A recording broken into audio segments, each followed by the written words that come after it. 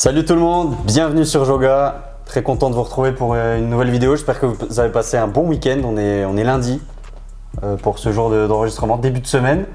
C'est pas mal de commencer la semaine pour parler foot. Ah ouais, surtout. Mon petit Fabio. Voilà. Mon petit, t'es plus grand que moi en taille. Ouais, c'est ça. tu t'es un peu enflammé. Ouais, comme vous l'aurez deviné, Ouais. on vient pour parler de Manchester United. Vous l'aurez vu dans le titre, on y va fort. Est-ce que Manchester est taillé pour le titre? Alors, Voilà. on va détailler un petit peu toute cette préparation estivale là, qui se dessine avec les Red Devils. Quel accent. Non, c'est bon, je commence pas. Pas parti à Londres, Je, et compagnie, je- moi. je laisse les autres faire. En tout cas, il y en a un qui est content parce qu'il Ah. vibre pour Manchester United. Et je tiens à dire aussi que j'ai même pas poussé pour qu'on fasse Ouais, l'émission ça- sur Manchester. C'est vrai qu'on s'est pas concerté, j'ai dit gros, on Ouais. fait Manchester, tu m'as dit bah. Bah, là, j'ai pas lutté non plus. Hein. J'ai pas dit non, mais ouais, ça c'est. Voilà, ça justifie le bonnet rouge, Voilà. la sortie, Là, canapé. on comprend tout maintenant. Ouais, voilà, on comprend tout. Et il y en a qui va beaucoup plus parler que moi et c'est normal parce qu'il, voilà, comme j'ai dit, vibre pour ce club et en plus t'as plus suivi que moi la prépa. C'est vrai qu'à l'époque, quand il y avait Ronaldo, moi j'étais aussi à fond. Hein. Ouais. Je regardais les matchs amicaux, tout. Je connaissais tous les numéros par cœur, les petits jeunes.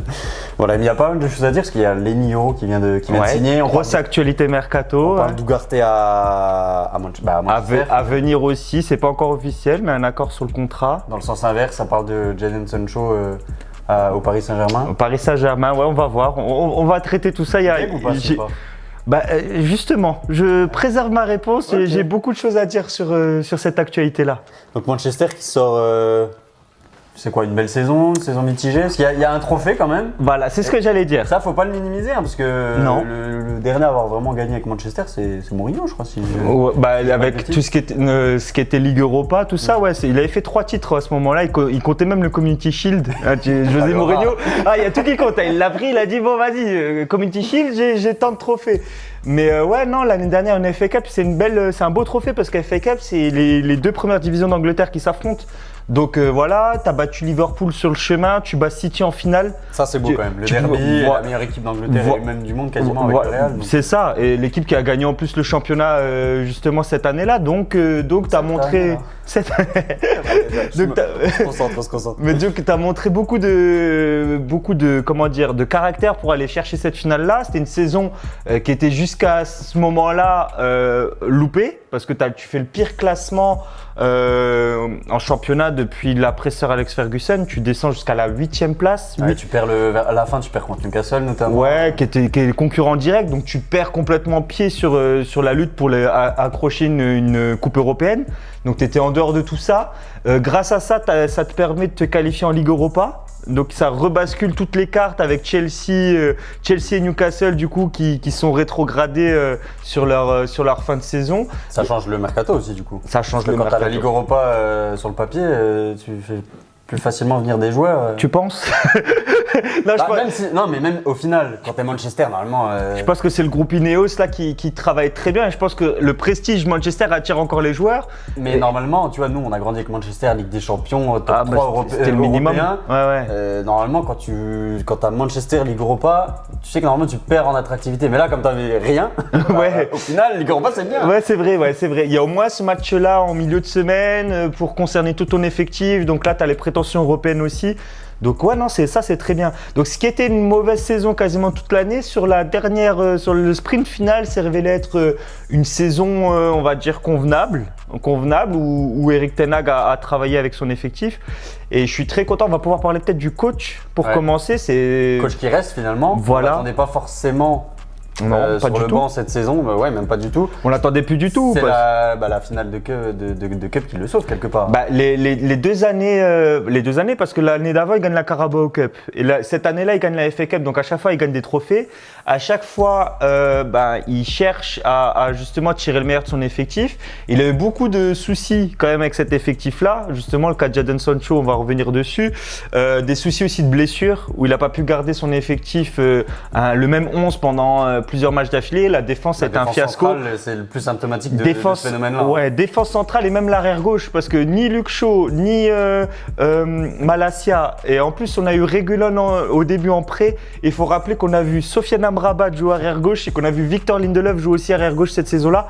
En plus de Diogo Dalot aussi qui basculait sur le côté gauche. À deux doigts de mettre l'adjoint quoi. Mais presque. Voir Johnny Evans, c'était. Vous rappelez Patrice Evra entre deux vidéos. Franchement, ils sont à deux doigts. Ils ont appelé Johnny Evans, Ruud van Nistelrooy. oreilles là maintenant. Comment il s'appelait celui qui venait du Dynamo Moscou là, à l'arrière gauche? C'est pas un russe ou un. Tu te rappelles le blond là Alors là. Époque 2008-2012. Un russe? Ouais, non. Il y avait Zirkov à Chelsea, mais. Non, un autre. Oh, bref. Vous le retrouverez peut-être, dites-nous dans les commentaires. Ah ouais, on va le rechercher peut-être après pour vous le mettre dans les commentaires si on le retrouve, mais là, comme ça. Rapide dans FIFA, tu te rappelles pas, il a 90 de vitesse. Il y avait des aides dedans et tout, je vois. Ouais, blond, je vois. C'est, ouais. Burtner, non. Non, mais on le trouvera pas comme ça. Ouais. Non, il est violent celui-là. Et non, mais tout ça pour dire qu'effectivement, Erik ten Hag, il fait quand même son travail. Et ce que j'ai beaucoup aimé chez les nouveaux investisseurs, Sir Jim Ratcliffe aussi, qui est représentant du groupe Ineos, et qui a dit justement dans une interview, tout le monde voulait qu'on change le coach, mais finalement, Manchester a connu plusieurs coachs depuis l'après-Sir Alex Ferguson. Il y a eu des bons coachs dans cette liste-là et il n'y en a aucun qui a eu des résultats. Donc le problème vient certainement d'ailleurs. Donc c'est pour ça qu'il a dit, je confirme Erik ten Hag, c'est un bon coach, je le laisse travailler. Moi, j'aurais pas forcément continué avec lui, mais comme tu le dis, il y a eu beaucoup de changements. Et alors déjà, quand tu es suiveur de foot, au bout d'un moment, ça rend fou, tu vois, de voir le club qui change tout le temps d'entraîneur et tout. Tu te demandes c'est quoi le projet, où est-ce qu'on va, qu'est-ce qu'on fait. Et surtout, il y a de l'autre côté, si tu l'enlèves, tu prends qui en fait? Tu vois, au bout d'un moment, et en plus, c'est pas une saison où tu vas jouer la Ligue des Champions ou quoi. T'as pas forcément besoin d'un top coach tout de suite. Si, t'aurais pu reconstruire quelque chose. Justement, parce que t'avais la Ligue Europa, il y a peut-être moins de pression, t'avais le temps de repartir sur 3 ans. Mais au final, comme je dis, t'aurais pris qui? Au final, tu peux encore faire un an au moins avec Ten Hag, le temps de voir, de laisser rebâtir quelque chose. Mais pour moi, même plus que ça, parce que Ten Hag, moi je regarde vraiment tous les matchs de Manchester. Et en fait, il peut pas faire mieux avec l'effectif qu'il a. Le problème, c'était C'est vrai qu'on a tendance à être sévère. Mais on est sévère avec Manchester. Aujourd'hui, ils n'ont pas le niveau d'un effectif de Manchester City qui a de la régularité, qui a de l'expérience ensemble, de la vie de groupe et tout ça. Là, le cas Jadon Sancho qu'il a dû gérer en début de saison, qui était là réfractaire aux entraînements, tout ça. Il a eu beaucoup de cas à gérer. Marcus Rashford, il n'est pas responsable de la mauvaise saison de Marcus Rashford parce qu'il l'aligne sur le terrain. Toutes les blessures en défense où tu n'as pas Lisandro Martinez qui te stabilise la défense là, qui n'est pas disponible toute l'année, qui a eu beaucoup de blessures cette saison-là. Tout ça, tu récupères quasiment à la base, il y a un top player du Real, mais au final, lui, il arrive sur la fin, il est en méforme, il le fait jouer un poste qui n'est pas le sien. Après, en fin de saison, il le fait jouer effectivement en défense centrale.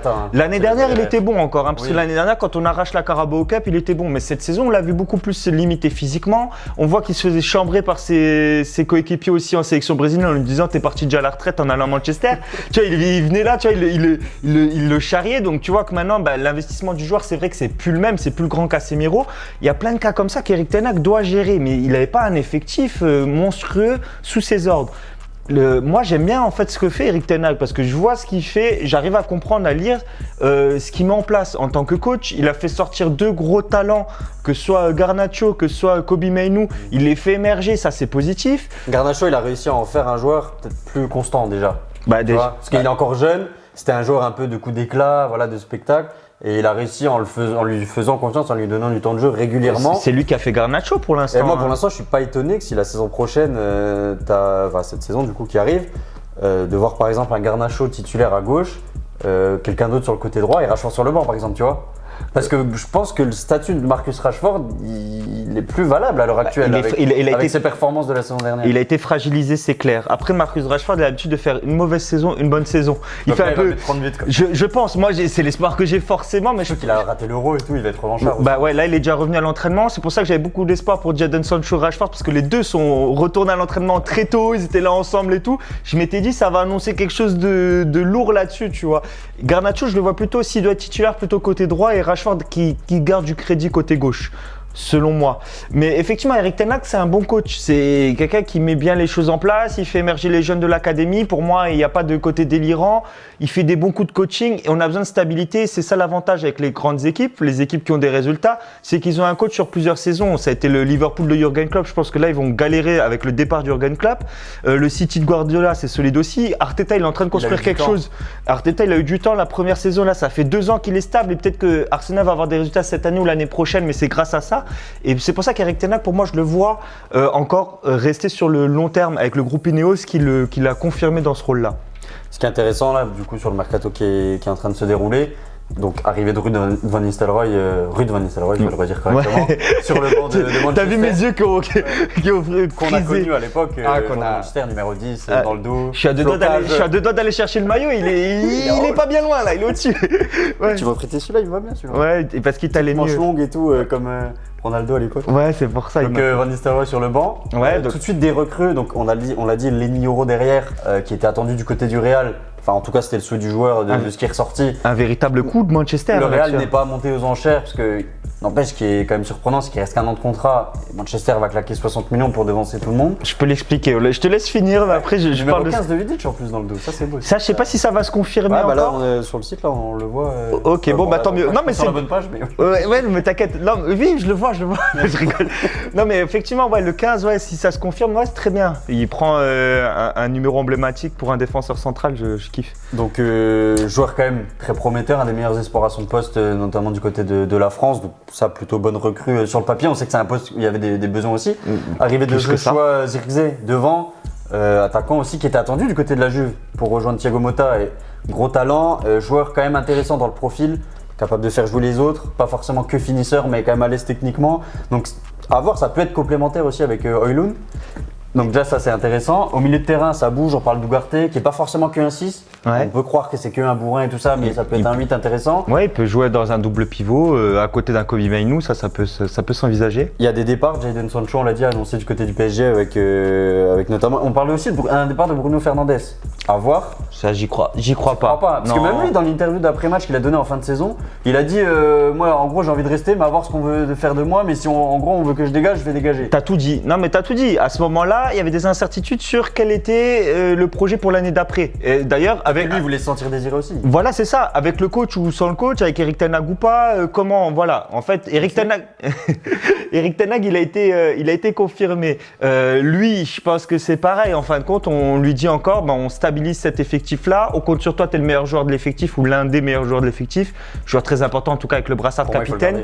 Non, mais pour moi, c'est clair et il va rester même. Parce que t'as beaucoup de jeunes. J'ai pas de doute sur Bruno Fernandes parce que effectivement Manchester arrive à bien le payer, arrive à le faire sentir important de ce point de vue-là. Il y a eu beaucoup de mouvements en interne, mais là-dessus c'est avec Bruno Fernandes. Parce que tu as les attaquants qu'on a cités, les ailiers.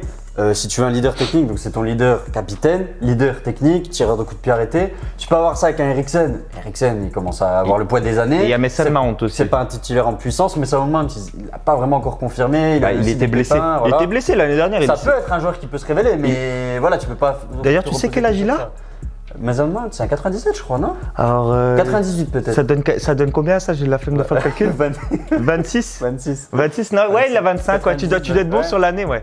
Ouais, parce que je m'en foutais de l'année, j'ai juste vu qu'il avait 25 ans, moi. Et moi, je t'ai revu, t'as vu, quand je t'ai envoyé tout à l'heure, il a le 7 et tout, ça me met de la tête. Ça, non, mais j'étais choqué, mais parce que ça, c'est les motifs d'espoir, parce qu'en fait, c'est une grosse recrue de l'année dernière, 55 millions, tu vas le chercher. C'est une recrue de Sané au final. Au final, voilà, c'est ce que j'allais te dire, il a pas joué toute l'année dernière, il est revenu timidement en fin de saison, il rejouait un petit peu des bouts de match pour se remettre un petit peu en jambes.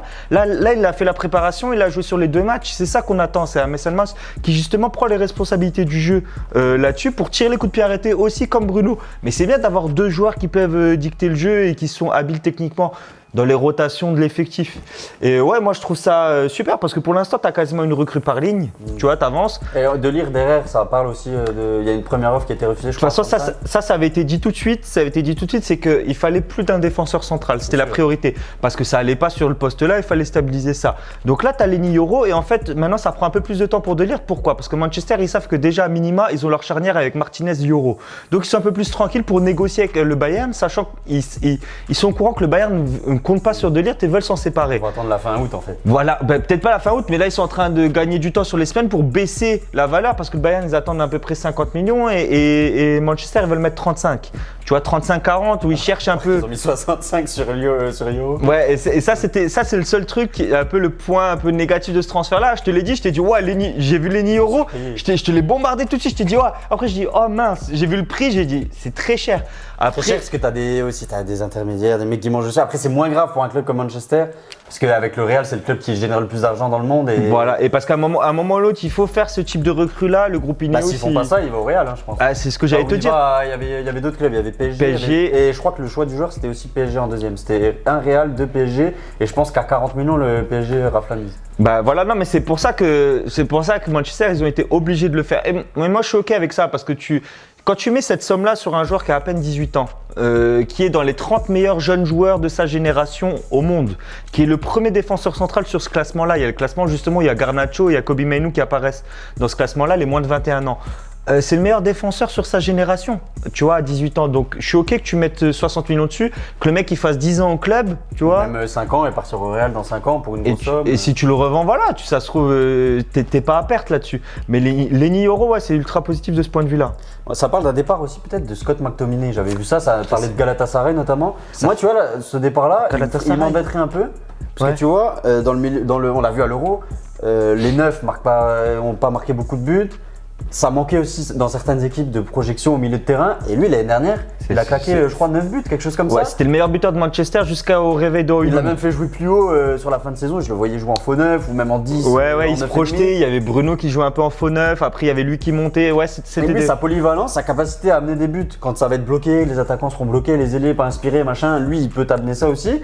C'est un gars formé au club, c'est un gars qui, si tu le mets dans la rotation, il va pas rechigner. C'est un gars aussi qui va dans l'impact, qui met de ses capacités athlétiques sur. Bah oui, 1m91, tout ça, ouais. Donc tout le profil, tout ce packaging là, pour moi, ça serait une perte, tu vois, quand même dans l'effectif. Bah, moi, je l'adore. Il n'y en a pas deux comme lui dans l'effectif. Ouais, non, mais c'est clair. Bah, en fait, t'as tout dit. Il va peut-être tout garder un petit peu, mais il n'aura pas cette capacité à amener des buts. C'est pas pareil, ouais, parce que voilà, ouais. Lui, il peut amener des buts et il est dans l'ADN de Manchester, formé au club, tout ce que t'as tout dit, t'as tout bien dit là-dessus. Il y a pas de souci. Mais la seule chose, c'est que tu vas peut-être être obligé de concéder certains départs pour faire certaines arrivées, donc potentiellement il peut partir. Après, ça fait au moins 4 ou 5 ans qu'on entend parler de Scott McTominay qui part, il est jamais parti.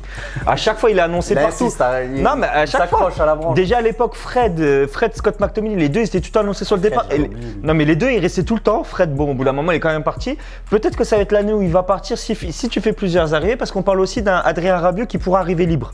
C'est vrai que je l'ai oublié, je t'en avais parlé là, pour l'instant, depuis 1 ou 2 jours, ça s'est un peu calmé, mais potentiellement, c'est Manchester qui tient la corde, parce que Adrien Rabiot était fan de Manchester United plus jeune. Ah, je savais pas ça. Ouais, c'était un fan de deux, parce qu'il était dans les mêmes années que nous, tu vois, donc il a grandi avec le grand Manchester, donc il donne beaucoup de crédit à ce Manchester-là.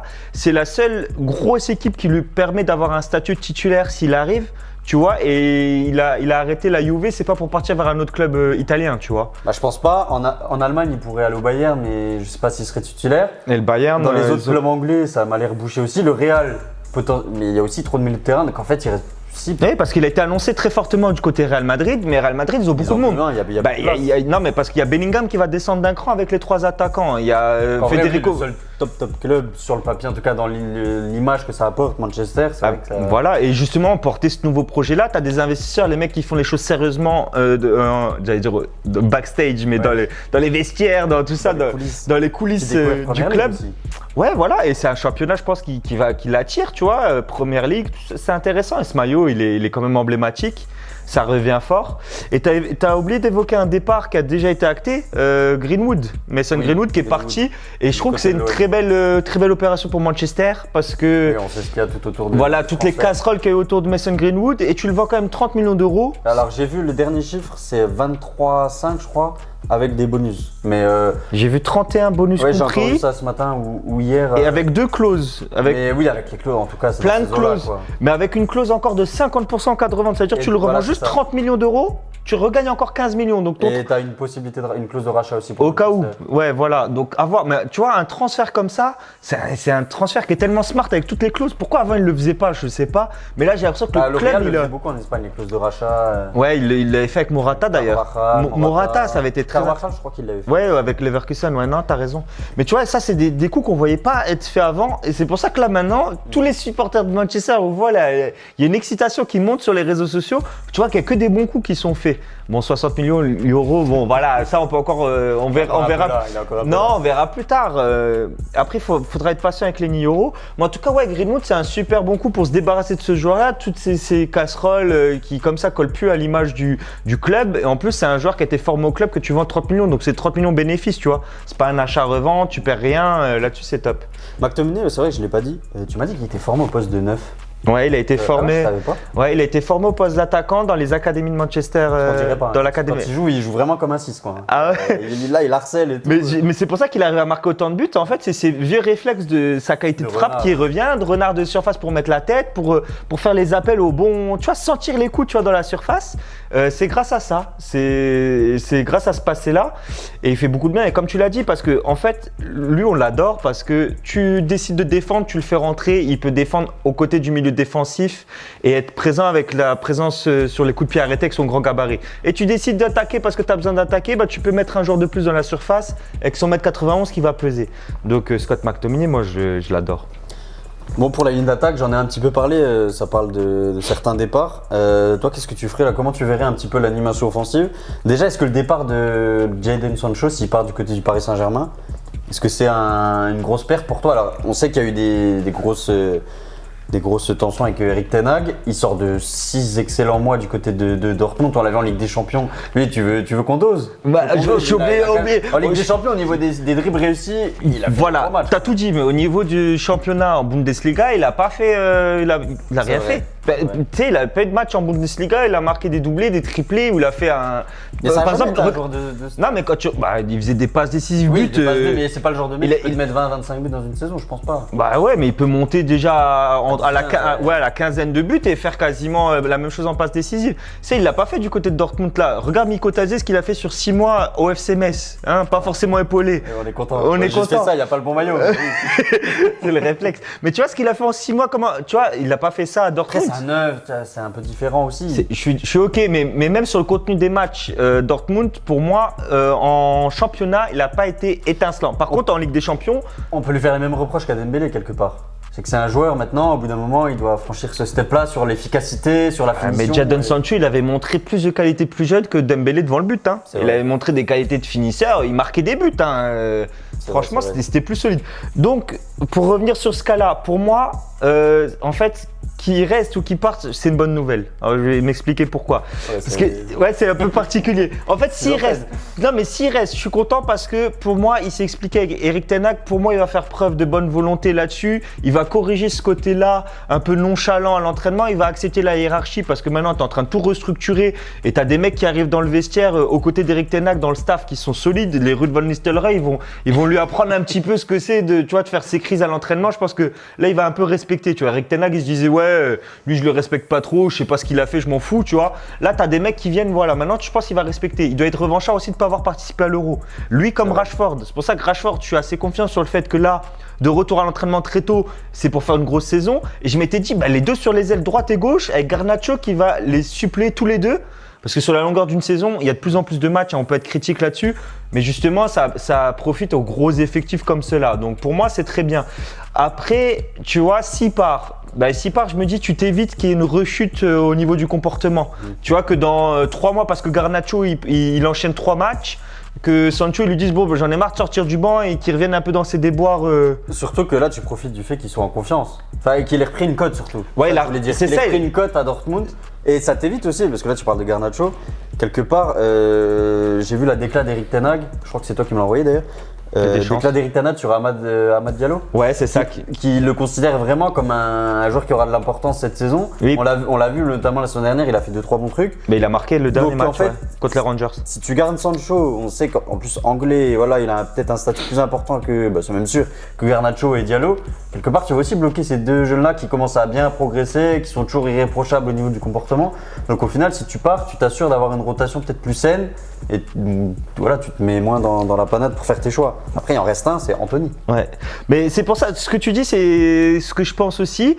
Après, pour moi, c'est pas grave que Garnacho et Diallo soient un step derrière parce que tu as tellement de matchs, c'est ce que Oui. je dis, qu'ils vont pouvoir jouer des matchs Il titulaires. faut pas qu'il y ait embouteillage non plus. Tu vois, Non. c'est 5 ou 6 ailiers, au bout d'un moment, il y a, Mais il y a que deux côtés sur un terrain. Mais pour moi, là, ils sont en mode 5 ailiers, tu vois. Et en fait, tu as tes 2 postes qui sont doublés. Quand tu as suspension, blessure, ce qui arrive tout le temps sur les saisons, et ben hop, tu as toujours tes postes qui sont doublés, ça va. Et pour moi, tu as tellement de matchs, tu en as 3 dans une semaine presque. Enfin, de dimanche à dimanche, tu as 3 matchs qui se passent. Réforme des compétitions européennes, Ligue des Champions, Ligue Europa. Ouais. Et, Ligue Europa, est-ce que ça va avoir le même format que la Ligue des Champions? C'est calqué dessus, donc tu as aussi tu vois, j'avais vu de matchs en plus. Bah, tu vois, donc Ça, plus de matchs à jouer. Il y a beaucoup de matchs à jouer quand tu as les prétentions aussi de Manchester United. Donc pour moi, ça, c'était pas un mal. Après, s'il peut partir comme tu as dit, le point le plus important, c'est le fait que là, il est la plus grosse cote. Et que tu prends pas le risque qu'il fasse une contre-performance là cette année, qui replonge, alors que là il vient de faire 6 gros mois à Dortmund. Est-ce que c'est le bon moment pour le vendre? Tu vois, si le club il vient vraiment, le PSG vient vraiment avec l'argent qu'il faut c'est au moins 60 millions. Tu vois, on l'a acheté 85. Si maintenant tu reprends Manchester, on attend 60 effectivement. Bah, si tu reprends 60 millions, moi je suis OK. Après, s'il reste, pour moi, c'est le titulaire côté droit. Là, avec le crédit qu'il a, les matchs qu'il a fait en Ligue des Champions, il part là-dessus. Anthony, maintenant, j'ai beaucoup plus d'inquiétude que Jadon Sancho. Tu vois, Jadon Sancho, il s'est remis dedans, tout ça. Anthony, il a toujours aussi ces petites casseroles judiciaires qui traînent un petit peu. C'est vrai qu'on a un peu tendance à l'oublier. Il n'a pas été cité parce que là, quand je voyais que ça parlait de Greenwood, ça prenait en exemple d'autres joueurs comme Lucas Hernandez, Kingsley Coman et autres. Et c'est vrai que lui, je sais pas, il se fait tout petit, la petite toupie. Ouais, la toupie Beyblade. Non, et c'est pour ça. Et, comme ça, tu faisais. Ouais, la toupie. Ouais, dans l'arène, ouais. Et non, mais c'est vrai qu'Anthony là-dessus, beaucoup plus d'inquiétude. Il faut rappeler qu'à ses débuts, il avait marqué sur ses 3 premiers matchs de Première Ligue. Donc il avait fait des débuts tonitruants. Eric Ten Hag l'a eu sous ses ordres à l'Ajax, donc il y a cette relation-là. Maintenant c'est juste un truand. mais il s'est jamais plaint, Anthony il s'est jamais plaint de son statut, tu vois. Oui. Comme je te dis, en fait, quand je rigole en disant qu'il se fait tout petit, mais je pense qu'il sait qu'il ne veut pas faire trop le. Mais au moins il rentre dans le moule, il se plaint pas. Tu lui donnes 20 minutes en fin de match, il donne ses 20 minutes, il faisait le repli défensif. Tout ça, voilà. Mais c'est bien. Et moi, je voulais te lancer sur quelque chose d'autre auquel j'ai pensé. C'est que là, on parle des ailiers, on parle de ce dispositif-là. Poste d'arrière gauche, peut-être? Non, pas ça. Je suis désolé si tu voulais parler du poste d'arrière gauche. Bah ouais, c'est vrai parce que Malacia, il revient jamais. Ouais, non, mais je sais que Luke Shaw est fragile, il y a aussi ce poste-là. Attends, avant ça, c'est toujours sur l'animation offensive. Est-ce qu'il n'y aurait pas un changement de système côté Manchester pour jouer en 4-4-2? Pour jouer en 4-4-2 losange. Pour associer Zirkzee. Zirkzee Højlund sur le front de l'attaque. 4-4-2 losange avec des ailiers sur les côtés. Non, justement, avec Bruno Fernandes derrière les 2 attaquants. Avec les 3 milieux, avec Ugarte devant la défense. Et avec Kobe Mainoo et peut-être Mason Mount. Ou Bruno et Mason Mount qui intervertiraient. Tu vois, et tu aurais ce 4-4-2 là. Donc tu aurais tes meilleurs joueurs entre eux. Rashford sur le banc définitivement, quoi. Parce que là, tu le fais rentrer dans les 2-2. Et après, tu réadaptes l'animation aussi. Et après, un match sur 2, tu le fais jouer. À voir c'est laquelle de tes doublettes qui est la plus efficace. Si Rashford, tu as le Rashford d'il y a 2 ans qui te marque but sur but et qui est plus efficace qu'Højlund, c'est Rashford Zirkzee. Si Zirkzee a besoin d'un temps d'adaptation à la Première Ligue, je vais rire direct, d'adaptation à la Première Ligue, c'est peut-être Højlund Rashford. Et après un match sur 2, t'as les matchs en Coupe européenne le milieu de semaine. Et je pense que tu peux garder un équipe d'équipe important avec ton milieu en losange. Et tu peux avoir du poids offensivement là-dessus. Et Garnacho et tout, il peut rentrer dans les 2-2 devant en fait. Tous les joueurs là qu'on vient de citer, les ailiers, ils peuvent rentrer dans les 2-2 devant et apporter un peu de mouvement en allant s'exiler sur les côtés. Toi, tu verrais s'il fait ça, il pourrait te dire merci. Il pourra me dire merci. Et l'équipe type, ce serait ça alors, toi? Moi, j'aimerais bien avoir même Rashford, Højlund avant de voir ce que vaut Zirkzee. Pour l'instant, je sais pas. Avoir Bruno Fernandes en 10 ou Mason Mount en 10. D'avoir Bruno du coup en 8. Kobe Mainoo, je le garde sur le terrain parce qu'il a fait une saison exceptionnelle et avec l'Angleterre. Pour moi, Kobe Mainoo, il doit être titulaire. Il doit être titulaire et Ugarte devant la défense pour apporter ce côté-là, équilibre d'équipe, impact physique, venir gratter les ballons, tout ça pour construire quelque chose. Donc Casemiro remplaçant alors, je viens de capter là. Sur le départ même. Ouais. Sur le départ, ouais, j'aimerais bien qu'il parte. Lui, pour le coup, je veux pas être méchant. S'il reste, tu gardes cette expérience-là en sortie de banc. À partir du moment où tu as Ugarte, tu t'investis pas 70 millions sur Ugarte pour pas le mettre titulaire. Est-ce que Casemiro c'est un joueur impactant en sortie de banc aussi? Je pense pas. Je pense pas qu'il a. Et en plus, avec le statut qu'il a, les Ligues des Champions qu'il a gagné, il est venu il y a 2 ans pour 70 millions. Pour moi, il part en Arabie Saoudite pour 70 millions. Comme ça, toi, tu n'as rien perdu. Il a donné 2 ans, il a apporté 2 coupes. C'est très bien. Pour moi, son passage à Manchester, il restera positif, même s'il a un peu galéré en fin de saison dernière. Mais il a remporté 2 coupes. Il a permis d'ouvrir la nouvelle ère Manchester. C'est très bien. S'il reste, ça va être compliqué pour lui. Donc, moi, Casemiro sera un départ là. Donc là, avec cet effectif-là, Est-ce que Manchester est taillé pour le titre Taillé de Premier pour- League? Parce que là, il y a City. City, ça parle de De Bruyne vers Al Ittihad. Moi, je t'ai Ça pris parle ça. d'Ederson aussi sur le Comme départ. Ronaldo, je te ferai ça. Calma, calma. Non, moi, je calmerai.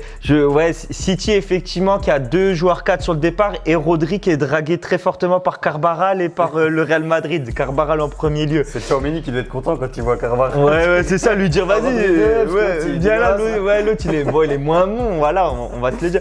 Non, mais ouais, effectivement, après il y a une force chez Manchester City. Hein, j'ai beau porter ce maillot-là et être fan de Manchester, les Citizens, bon, je sais pas si vous êtes sur cette vidéo-là au vu du titre. Ça existe. Voilà, je sais pas si ça existe, mais en tout cas, ceux qui aiment les performances de tous les clubs anglais, il n'y a pas de souci, on sait dire quand une équipe joue bien.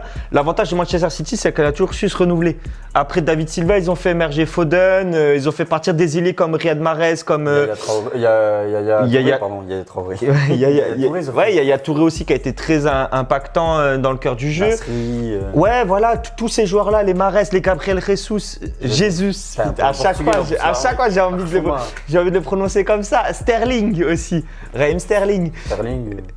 Ouais, mais au moment où il était à City, il était impactant dans les 30 derniers mètres. Après, Pour moi, c'est le Dembélé anglais. Il a jamais progressé Ma- de 17 à. mais après, ils l'ont fait partir au bon moment, tu Oui. vois. Mais ce que je veux te dire, c'est que City, ils ont toujours eu cette Agüero faculté-là. aussi, qui a été remplacé Agüero. par Haaland. Voilà, donc à chaque fois, ils ont su renouveler cet effectif-là. Donc Après, si, De Bruyne, ça va être difficile de. Bah, si, il y a peut-être. l'année dernière, il était beaucoup blessé. Alex Baena, ils sont sur Alex Baena, je crois, de Villarreal. Et ils sont remplacer sur un peu- Dani Olmo aussi. Dani Olmo aussi. Donc c'est vrai. Dani Olmo, tu peux le faire jouer full numéro 10. Tu gardes Rodri avec un milieu à ses côtés. Et tu gardes un 4-2-3-1 où tu es efficace, où tu donnes les ballons à Haaland. Il a été beaucoup blessé, Kevin De Bruyne, la saison dernière. Ils ont appris à jouer un peu sans lui. Après, quand il est revenu, c'est là où il a fait beaucoup de bien sur le sprint final. Et il le faisait aussi beaucoup sortir. Ouais, voilà, parce qu'il Pour le était, ménager. il était à court physiquement. Et en fait, j'étais surpris de voir qu'il avait déjà 33 ans quand même. Oui, c'est un 91. Donc Après, c'est le bon moment pour partir finalement, pour qu'ils en grattent quelque chose. puis même pour lui, je pense aussi, pour partir un peu comme l'a fait Kroos, la finir, tu sais, un peu au top. Ouais. Mais on le disait tout à l'heure, le concurrent aussi, ça va être Arsenal. Donc où est-ce que Manchester se situe là maintenant avec Ah oui. ses arrivées dont Parce on que je t'ai parle pas répondu. C'est pour ça que moi je te disais calma. Moi je te dis pas le titre dès cette saison. Moi je te dis tu es en train de construire un effectif qui va aller chercher des trophées dans les prochaines saisons. Je pense aussi. C'est des cycles dans le football, c'est ça qu'il faut penser. C'est dans les 2-3 prochaines années que tu vas pouvoir juger le mercato de cette année. On le Tu voit vois, avec Arsenal. voilà, tu vois qu'Arsenal avec Arteta. Mais c'est pour ça que je te dis Arsenal, c'est peut-être plus que City, c'est peut-être là l'année d'Arsenal, la saison qui vient. Mais peut-être, moi je Parce que pense. là, je crois qu'ils étaient à ça, c'est même frustrant pour eux, même si moi j'ai plus d'affection pour United en Angleterre, mais quand j'ai vu Arsenal, ce qu'ils ont fait, Bah, en plus, tu sais, t'as l'hégémonie de City, t'as envie que ça change, t'as envie de voir Ouais, autre chose, t'as envie la que ces variété. mecs-là ils soient récompensés. Et puis là, il méritait parce que Il méritait, franchement, voilà. 2 années à ce stade-là, ils faisaient des saisons de champions en fait. Tu regardais le nombre de points qu'ils avaient en fin d'année. Ouais, c'est abusé. Si t'avais pas l'ogre City, c'était eux qui. Et ils jouaient bien. Et Ils ont... même Liverpool aussi, toujours qui te fait chier. mais par contre, Liverpool, voilà, Liverpool pour moi, ils vont seulement en dessous de Manchester United, tu penses ouais, parce qu'ils vont seulement entamer leur processus. Ouais, après, peut-être justement le fait de. L'après Jürgen Klopp, attention, ça c'est pas assez. Peut-être c'est justement sur la fin d'un truc, et là le fait de voir autre chose, ça va, tu vois, il y a un regain de. Moi, je pense pas parce qu'il y a des mecs. Il y a la Ligue des Champions, Liverpool. Oui. Et- Mais c'était. Ouais, donc ils vont laisser plus de. Mais tu vois, c'était ses soldats, Jürgen Klopp. Il avait installé quelque chose sur plusieurs saisons. Tu vois, Trent Alexander-Arnold, il avait des larmes aux yeux sur les derniers matchs, tu vois. C'était ses guerriers. Là, ils vont venir avec un autre coach, ils vont recréer quelque chose d'autre. Ils ont des joueurs qui sont quand même vieillissants. Ouais, Van Dijk, Salah, à bout d'un Après, moment. j'abuse.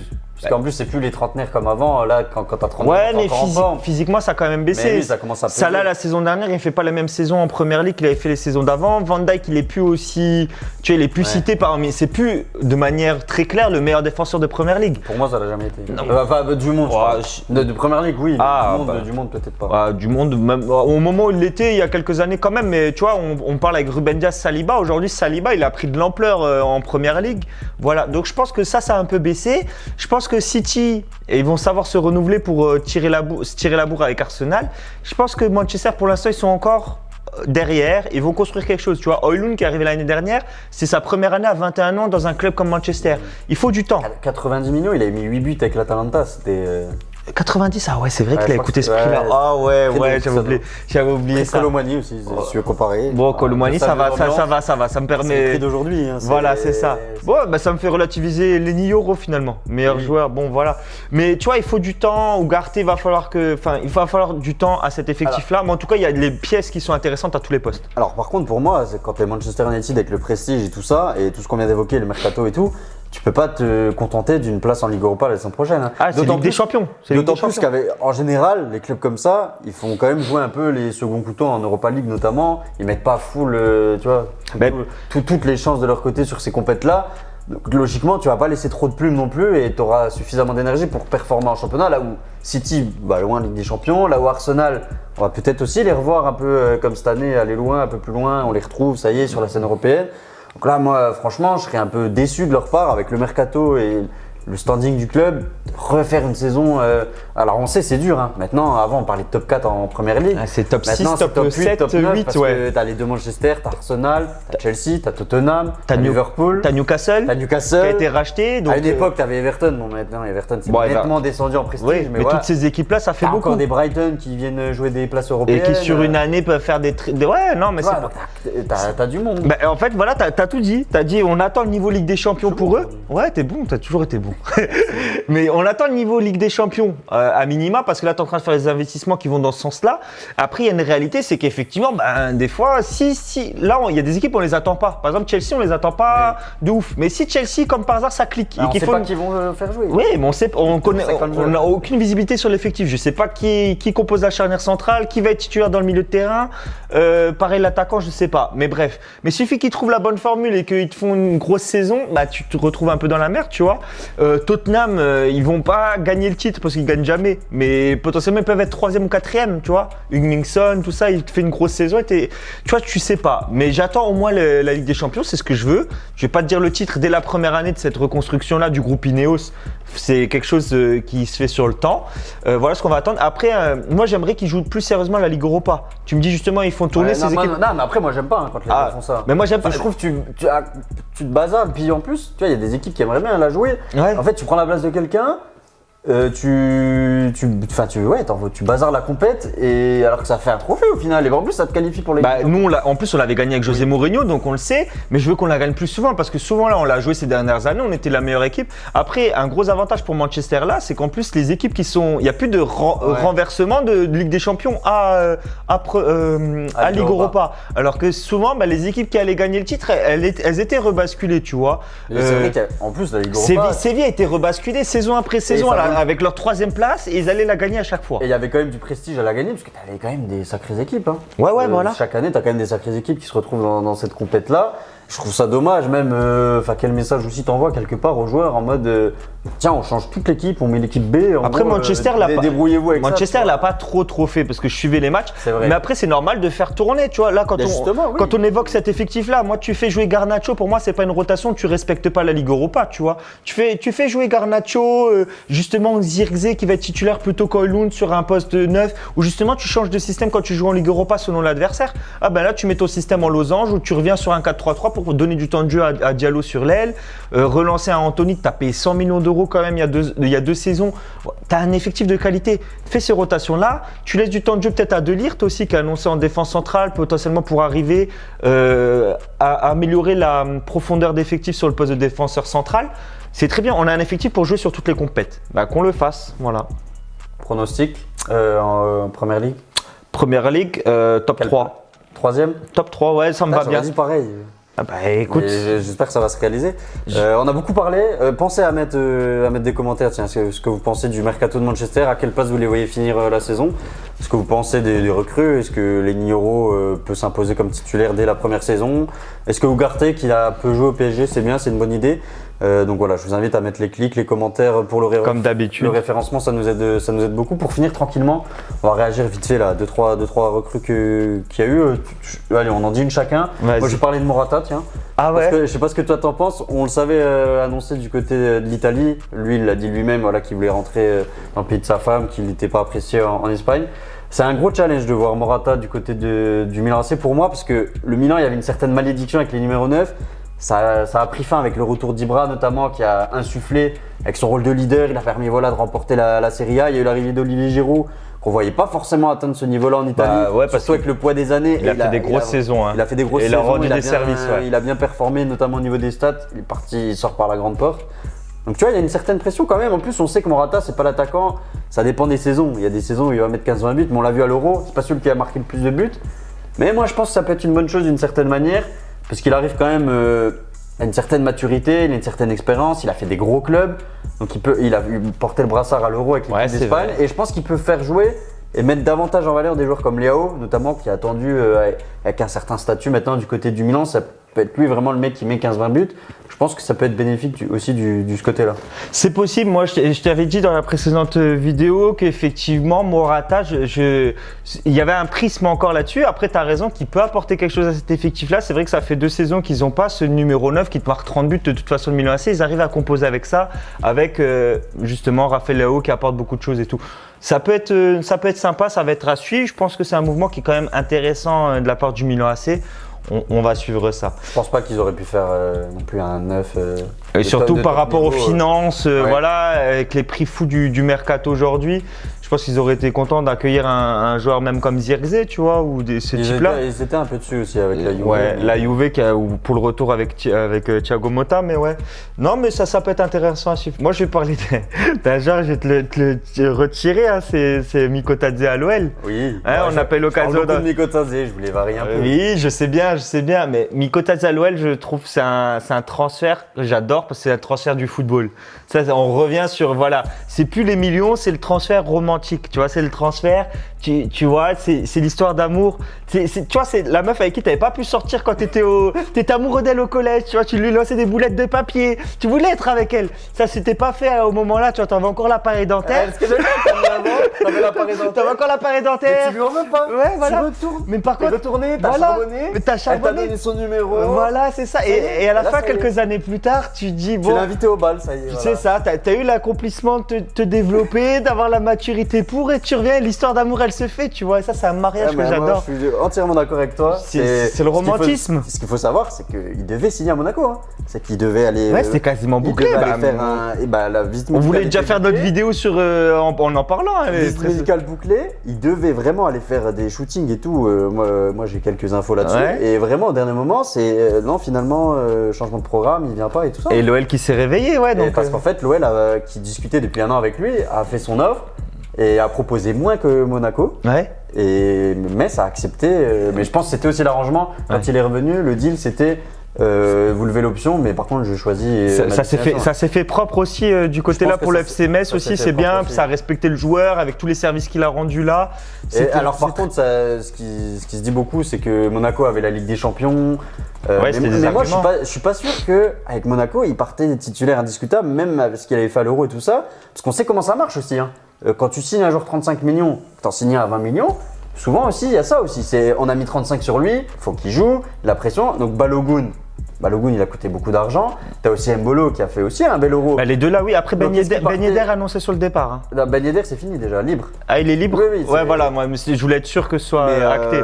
Donc, ça libère quand même une place. Alors que pour moi, à Lyon, il est plus sûr de jouer limite à Lyon qu'à Monaco. Ouais. Lyon, ça reste en concurrence, ça reste autour de la Casette. Pire ça, je veux associer les deux. Ouais, c'est ce que je te dis, ouais, en association de la Casette. Et en plus de ça, la Casette va revenir plus tard avec les JO, fatigué. Donc déjà, il va démarrer la saison dans la peau d'un titulaire. On a vu des vidéos, il est déjà en train de se préparer en individuel là pendant ses congés. C'est très bien, c'est très bien.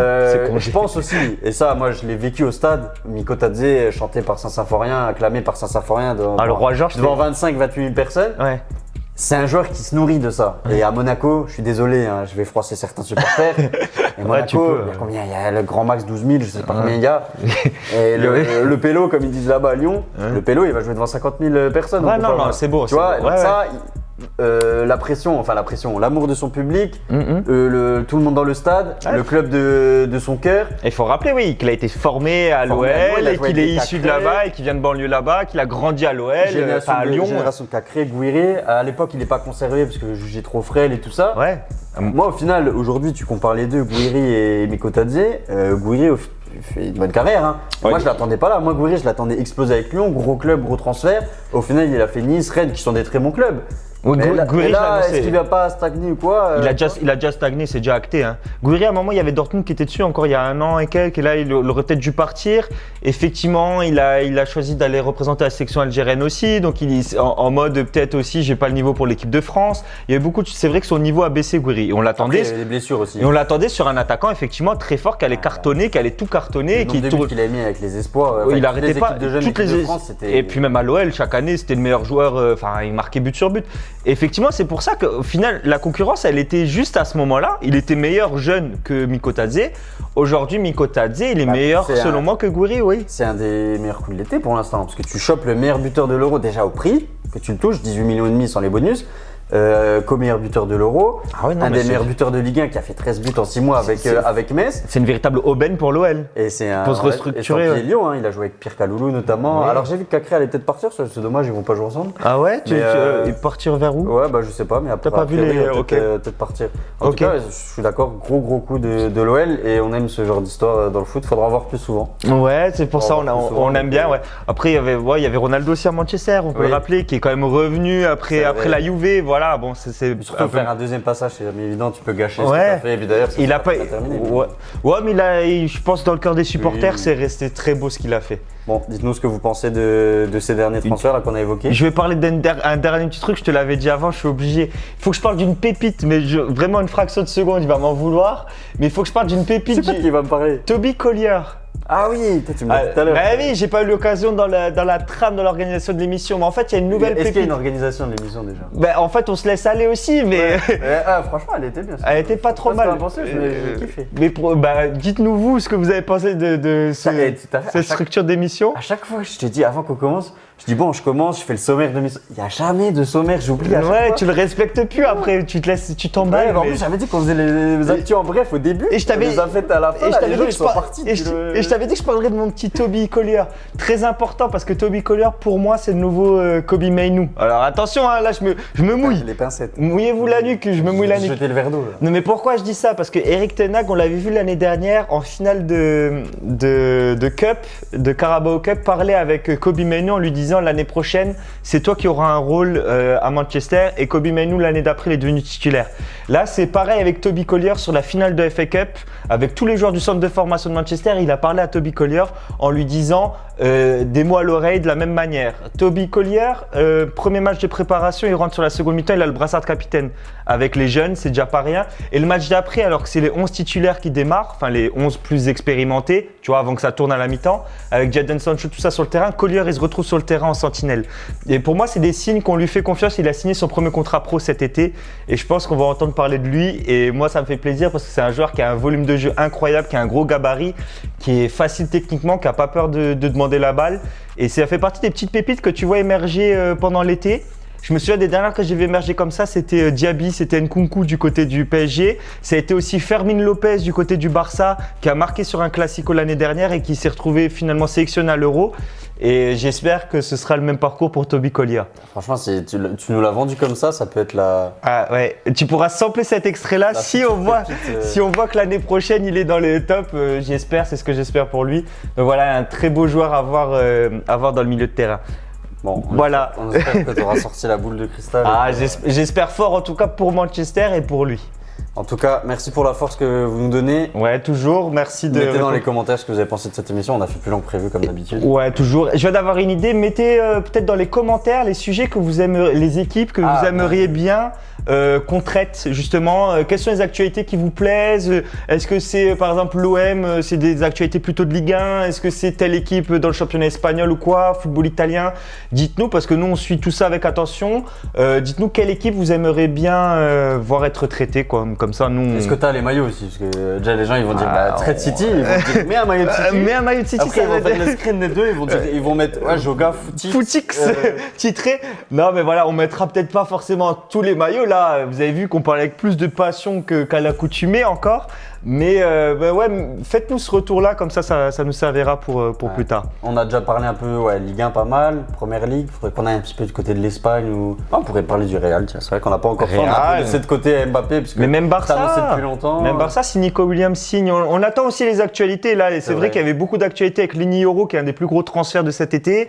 Les rumeurs avec Jadon Sancho, tout ce qui se passe là avec Manchester, c'était assez justifié tout de même. Voilà, on attend de voir les gros transferts aussi, mais dites-nous vous ce que vous voulez voir. Voilà. J'ai une idée pour la vignette là, parce qu'à chaque fois je fais des petites captures d'écran. T'as déjà vu le mème avec les deux Spider-Man là? Ah ouais, genre il y en a 3 même. Bon, merci encore à tous. Mettez des toiles d'araignée dans les commentaires. À très vite sur Joga, ciao. Ciao. C'est quoi ça? Je sais pas, laisse.